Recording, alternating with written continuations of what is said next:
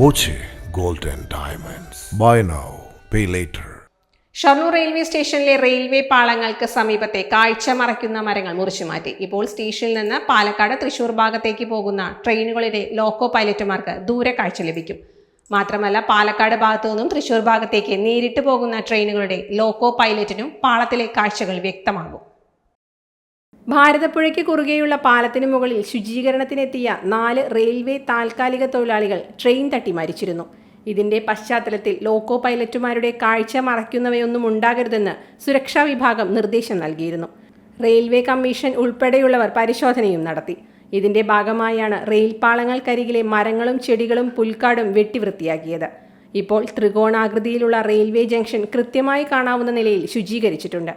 വേനൽ കനക്കുമ്പോൾ പുൽക്കാടുകൾക്ക് തീ പിടിച്ച് ട്രെയിൻ നിർത്തിയിടേണ്ട അവസ്ഥയും കഴിഞ്ഞ മാസം ഉണ്ടായിരുന്നു. വള്ളത്തോൾ നഗർ സ്റ്റേഷൻ പാളത്തിന് സമീപം പുൽക്കാടുകൾക്ക് തീ പിടിച്ചതോടെ ട്രെയിൻ 1 മണിക്കൂറോളം പിടിച്ചിട്ടു. ഇത്തരം സാഹചര്യങ്ങളും ആവർത്തിക്കാതിരിക്കാനാണ് റെയിൽവേയുടെ മുൻകരുതൽ.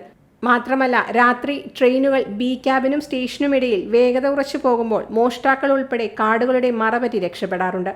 പോലീസിനും റെയിൽവേ സുരക്ഷാ സേനയും മോഷ്ടാക്കളെ തേടിയെത്തുമ്പോഴേക്കും ഇവർ കാണാമറയത്തെത്തിയിരിക്കും. ഇത്തരം സുരക്ഷാ പ്രശ്നങ്ങൾക്കും ഈ ശുചീകരണം കൊണ്ട് ഗുണം ലഭിക്കുമെന്ന് റെയിൽവേ അധികൃതർ പറയുന്നു. റെയിൽവേ സ്റ്റേഷന്റെ കിഴക്കുഭാഗത്തായാണ് ത്രികോണാകൃതിയിൽ റെയിൽവേ ജംഗ്ഷൻ ഉള്ളത്. തൃശൂർ ഷൊർണൂർ പാതയിലെ റെയിൽവേ മേൽപ്പാലത്തിന് മുകളിൽ നിന്നും റെയിൽവേ സ്റ്റേഷനും സംസ്ഥാനത്തെ ഏറ്റവും വലിയ റെയിൽവേ ജംഗ്ഷനും ഇപ്പോൾ വ്യക്തമായി കാണാം.